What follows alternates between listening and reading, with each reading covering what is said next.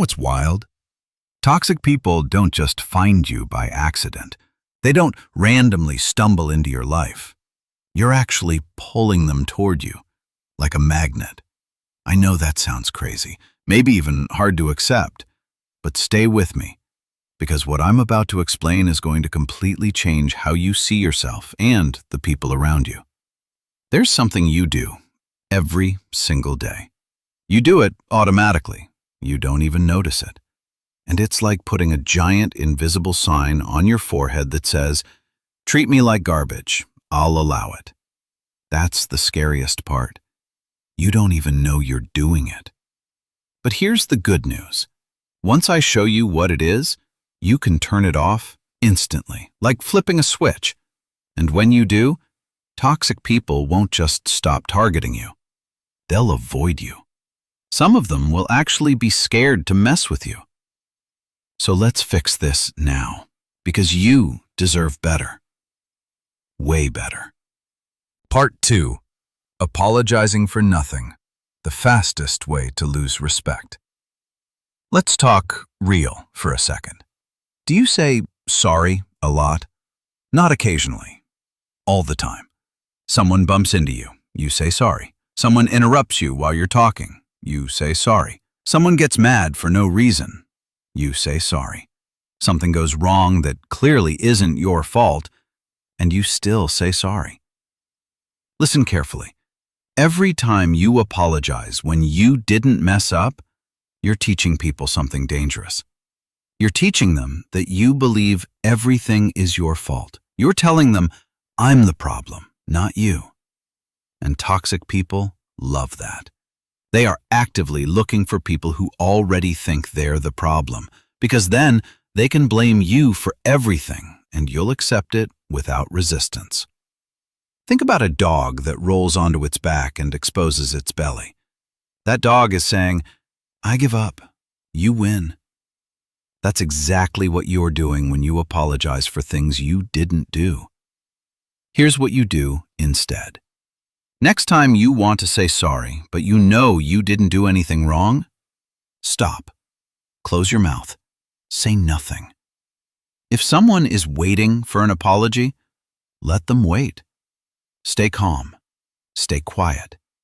Or say something neutral like, "I understand," or "I hear you," or "Okay." But don't say sorry. Try it once, just once. Watch how people react. They won't know what to do because you're no longer playing the old game. Strong people apologize when they actually mess up. Weak people apologize for existing. Which one do you want to be? Part 3. Oversharing. How you give toxic people the exact tools to hurt you. Here's something nobody tells you. When you tell people your entire life story right away, you're giving them weapons. You meet someone new, and 5 minutes later, you're telling them about your problems, your fears, your past, your insecurities. Everything just spills out. You think you're being open. You think you're being honest. You think you're being real. But here's what's actually happening. Toxic people are listening very carefully. They're taking mental notes. They're thinking, "This person is afraid of being alone. This person has trust issues. This person feels guilty easily." Perfect. It's like handing someone a detailed map of all your weak spots, then acting surprised when they hit you exactly there. Healthy people share slowly, a little at a time. They test safety first. But when you dump everything on someone right away, it sends a clear signal. Desperation. Desperate for connection. Desperate to be liked. Desperate to feel close. And toxic people can smell desperation the way a shark smells blood. Here's the fix. From now on, keep your deep stuff private at first. Share the light things, the surface things. Watch how they treat you over time. Do they respect your time? Do they keep their promises? Do they gossip? Do they lie? If you see bad signs, don't share more. Keep distance. Your story is valuable. Your pain is valuable. Don't give it away for free to people who haven't earned it. Part 4. Red flags. The warnings you choose to ignore. This part hurts, but it matters. You meet someone. They say something mean or do something strange, something that makes your stomach feel tight. But then they smile. They say something nice. They give you attention. So you tell yourself, maybe I'm overthinking. Maybe they're just having a bad day. Maybe I'm too sensitive. So you ignore your gut. 6 months later, you're miserable, and you ask yourself, how did I end up here? The truth is, you saw it coming. You just ignored it. Toxic people always show who they are early. They can't help it. They talk badly about others. They cancel plans last minute. They only call when they need something. They insult you and call it a joke. They get angry over small things. These aren't accidents. They're warnings. Like a rattlesnake shaking its tail before it bites. Here's the new rule. 1 red flag, notice it. 2 red flags, watch closely. 3 red flags, you're done.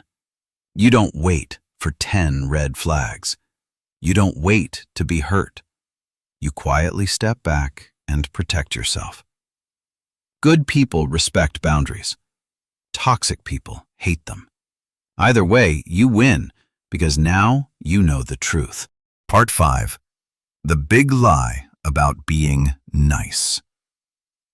Let me ask you something. Do you believe being a good person means letting people walk all over you? Do you believe being kind means always saying yes? Do you believe being loving means accepting disrespect? If you do, you've been lied to. Being nice does not mean being weak. Being kind does not mean being a doormat. Being loving does not mean accepting garbage treatment. You can be kind and still have strong boundaries. You can be loving and still say no. You can care deeply and still walk away. Toxic people love to confuse you about this. They say things like, I thought you were nice, or friends don't set boundaries. That's manipulation.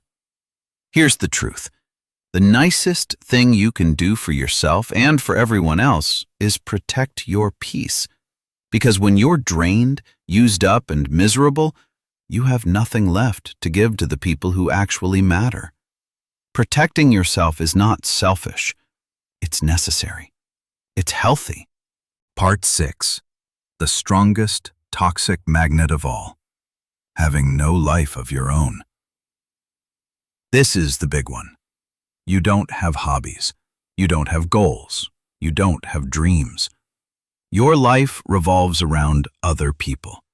You wait for them to text. You wait for them to make plans. You wait for them to need you. And when someone finally gives you attention, you drop everything and make them your whole world. Toxic people see this and think, perfect. It's like an empty house. Anyone can walk in and trash it because no one is home to stop them. But when you have your own life, toxic people can't get in. Here's how you fix it.